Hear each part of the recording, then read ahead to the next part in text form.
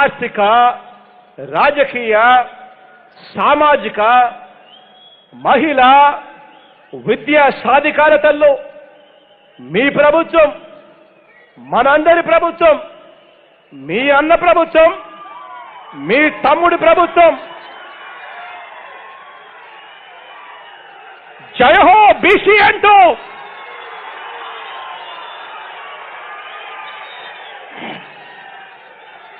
చరిత్రలోనే ఎవ్వరూ వేయని విధంగా అడుగులు ముందుకు ఎలా వేసిందో క్లుప్తంగా చెబుతాను.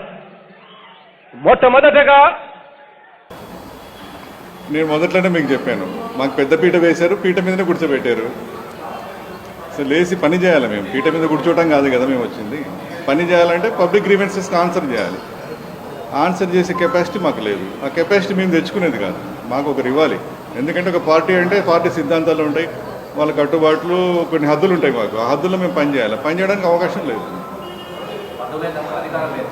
అధికారం లేదు.